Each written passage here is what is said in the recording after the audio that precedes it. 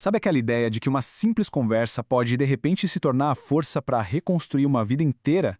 Na nossa análise de hoje, a gente vai mergulhar fundo na jornada poderosa de Mariana Sobirri para entender exatamente isso. Como a oração se tornou a chave dela para superar uma crise que parecia não ter fim. Para a gente começar a entender essa história, olha só essa citação. Ela já muda toda a nossa perspectiva, né? A oração aqui não é um ritual, uma obrigação, é apresentada como uma conversa íntima, quase como a fonte de um poder secreto. Então, a base de tudo, para a autora, parte de uma ideia que é, nossa, super simples, mas que muda tudo. A chave para um relacionamento com Deus não estaria em regras complicadas, mas em simplesmente conversar, em compartilhar, em ouvir. É um convite para um diálogo diário, sem filtro nenhum. Mas e quando essa conversa simples precisa virar algo mais? E quando ela precisa se tornar, sei lá, um bote salva-vidas no meio de uma tempestade? Para a autora, foi uma crise profunda que fez essa transformação acontecer. E foi aí, nesse momento de perda, de uma dor imensa, que tudo mudou. A oração deixou de ser só um hábito, sabe? Virou uma questão de sobrevivência mesmo. A única ferramenta que ela sentia que tinha para lutar pela família dela.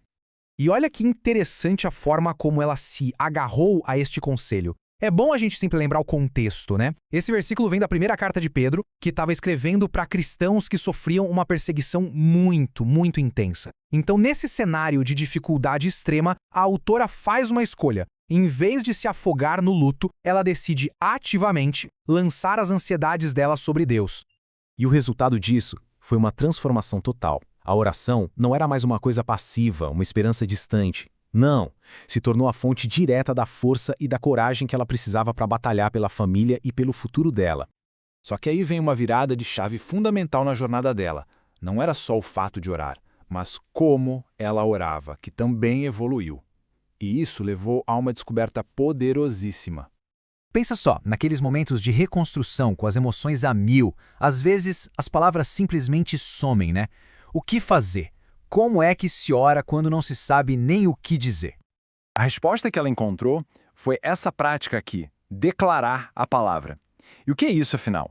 É uma ideia bem direta, pegar trechos das Escrituras e falar em voz alta, transformando as promessas de Deus na sua própria oração pessoal.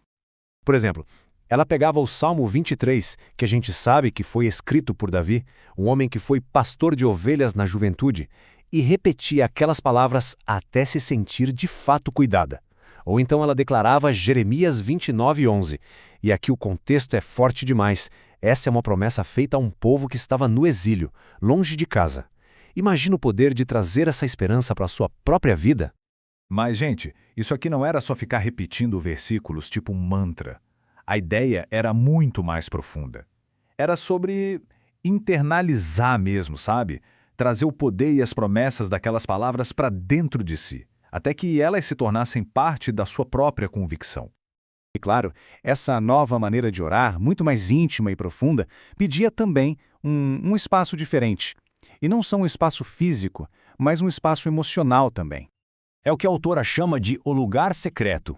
E olha, isso é bem mais do que um cantinho da casa. É um estado de espírito, um lugar de vulnerabilidade total, onde não há espaço para fingimentos. É só a gente pensar no contraste, né? No dia a dia, na vida pública, a gente acaba usando máscaras, cumprindo expectativas, mas nesse lugar secreto, aí a gente pode ser 100% honesto, expor as nossas falhas, os nossos medos, com a certeza de que ali existe aceitação e cura. E para ela, esse lugar era a sala de casa, de madrugada, andando e orando antes das crianças acordarem. Isso mostra que não precisa ser nada mirabolante, né? O importante é criar aquele momento em que o mundo lá fora some e só essa conexão realmente importa. Ok, então depois de passar por tudo isso, a crise, as novas formas de orar, o lugar secreto, qual foi o resultado final de toda essa jornada? Onde isso tudo a levou? Tem uma história bem específica que mostra como essa relação se tornou palpável, prática. Ela precisava de um motor de implante dentário para o curso dela, um equipamento bem caro que ela não podia pagar. Ela se ajoelhou e pediu. E pouco tempo depois apareceu um paciente novo, e o orçamento do tratamento era exatamente o valor do motor. É de arrepiar, né? Então fica muito claro que, a essa altura, a oração já tinha transcendido completamente o seu propósito inicial.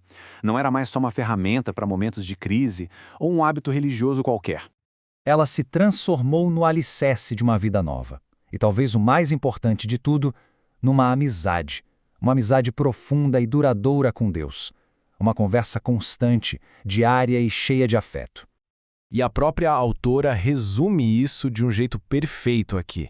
Ela diz que sim, através da fé, cadeias foram quebradas, feridas foram curadas, ela encontrou paz, futuro, esperança. Mas, acima de tudo, ela encontrou uma amizade com Deus. E essa, sem dúvida, é a maior lição de toda essa história. A jornada dele é incrível, né? Da crise até a restauração completa. E isso nos deixa com uma reflexão. Se ela encontrou a chave para uma vida nova numa conversa, que outras conversas talvez estejam só esperando para serem começadas?